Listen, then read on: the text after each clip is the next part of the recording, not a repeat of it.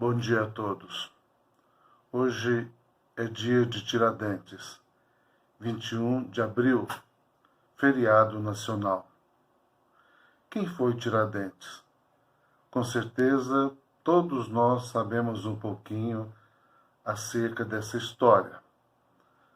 Tiradentes tinha várias profissões.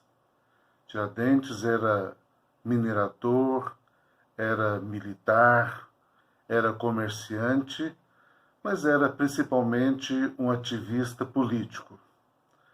E como ativista político, ele, juntamente com vários companheiros, intentaram uma luta muito séria em Minas Gerais.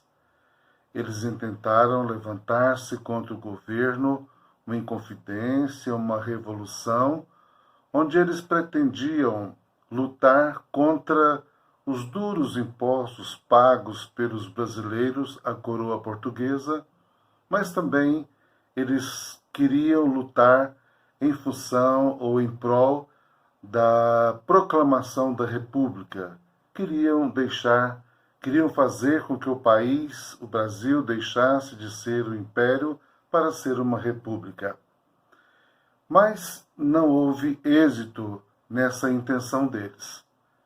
E houve uma traição, e em função dessa traição, ele foi condenado à morte, e 9 dos seus principais companheiros, ao invés de serem condenados à morte, foram condenados apenas ao degredo, ou seja, à expulsão do país. Mas a Tiradentes coube a trágica situação de ser condenado à morte por enforcamento. Assim, então, em 21 de abril de 1792, Tiradentes foi enforcado aos 46 anos de idade na cidade do Rio de Janeiro e a sua cabeça exposta para testemunho a todos os que estivessem por lá, no sentido de que não deveriam intentar contra o governo e contra a coroa portuguesa. Devemos olhar para esses exemplos da história e ver o que é que podemos aprender com eles. Não queremos analisar aqui a questão política, as intenções políticas de Tiradentes e dos seus amigos. Mas é impressionante, meus irmãos, como muitas vezes homens que não conhecem a Deus se dedicam a uma causa, se entregam a um projeto, a um propósito de maneira extraordinária e são capazes até de morrer por esse intento, por esse propósito, por essa causa, como foi no caso de Tiradentes. Alguns anos atrás, eu enfrentei a morte de 3 missionários em Moçambique no período de 1 ano. Digo eu enfrentei porque eu era o líder, o pastor desses 3 missionários, mas naturalmente foi uma igreja que enfrentou essa situação. E algumas coisas me surpreenderam muito. Foi um tempo em que eu aprendi muito, em que Deus falou muito comigo. Tive muitas experiências com o Senhor e muitas experiências com pessoas nesse período em que esses 3 missionários morreram em Moçambique. Uma delas foi que, no dia em que o líder da obra morreu, eu liguei, telefonei para falar com a sua esposa, tentando consolar a sua esposa, lhe dizer algumas palavras abençoadoras. E ela disse para mim: não se preocupe, pastor. Deus falou conosco que iria derramar 3 sementes sobre a terra. E meu marido foi escolhido para ser uma dessas sementes. Louvado seja Deus. Isso mexeu bastante com os meus sentimentos, com a minha fé, com o meu coração. Alguns dias depois, eu me encontrei com a mãe de um desses missionários que havia falecido, e ao chegar perante ela eu disse: sinto muito, minha irmã, pelo que aconteceu com seu filho. Ela me disse: que sente muito que nada, pastor.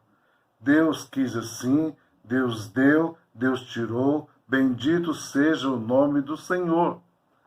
Testemunhos para mim gloriosos de resignação, de fé, de entrega, de amor abnegado, de compreensão, de aceitação daquilo que Deus permite ou dos desígnios do Senhor.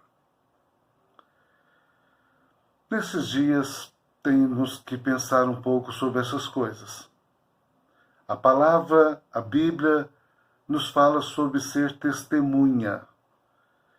Que seremos testemunhas tanto em Jerusalém, Judeia, Samaria, até os confins da terra, cheios do Espírito Santo. Seremos testemunhas.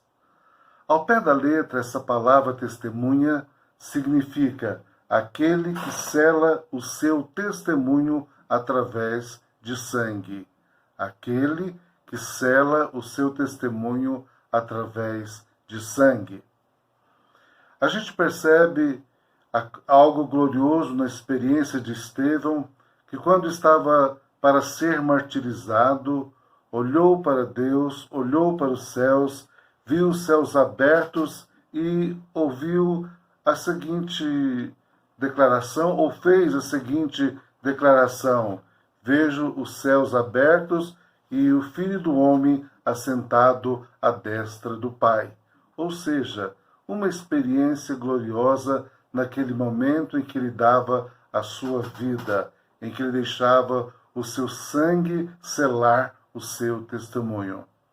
Não quero dizer nesta manhã ou neste dia que todos nós deveremos ser martirizados ou que todos nós deveremos deixar o nosso sangue escorrer para então sermos testemunhas verdadeiras de Jesus. O que pretendo neste dia de Tiradentes, o que pretendo ao falar sobre esses testemunhos gloriosos que recebi da mãe e da esposa daquele missionário, o que eu estou querendo dizer é que mais do que nunca nós estamos precisando de autenticidade na fé. Estamos precisando de homens, mulheres, jovens, crentes verdadeiros do Senhor Jesus Cristo, que não sejam apenas arrolados em suas igrejas, não sejam apenas crentes nominais, não sejam apenas frequentadores de igreja, mas verdadeiras testemunhas, ou seja, pessoas que se entregam a tal ponto à fé, ao amor de Deus, ao serviço de Deus, que estão dispostas tanto a morrer quanto a viver por amor a Jesus. Tiradentes morreu por uma causa que ele próprio não viu sendo concretizada. Mais de 100 anos depois é que a proclamação da República verdadeiramente aconteceu. Mas ele teve a ousadia de lutar por aquilo em que ele acreditava. Estes missionários de que eu estava falando há pouco eram tão de Deus, tão entregues à missão, tão entregues a fazer a vontade do Pai, que depois de terem sido mortos e sepultados, os seus familiares deram testemunho deles, dizendo o quanto estavam até gratos a Deus por aquela experiência de se derramarem e, por que não dizer, derramarem o próprio sangue em função da causa da obra do Mestre. Nesses dias, precisamos muito de olhar para dentro de nós, para o nosso testemunho, para o nosso compromisso, para a nossa autenticidade ou não, para verificarmos como é que temos sido nesses dias apenas meros membros de igreja ou estamos sendo homens e mulheres prontos tanto a morrer quanto a viver por Jesus. Porque está escrito no livro de Romanos: se vivemos, vivemos para Deus. Se morremos, morremos também para Deus. Levante-se nesses dias, use esse tempo de quarentena para analisar mais a respeito da sua vida interior, do seu compromisso com Deus e do tipo de testemunho que você tem dado.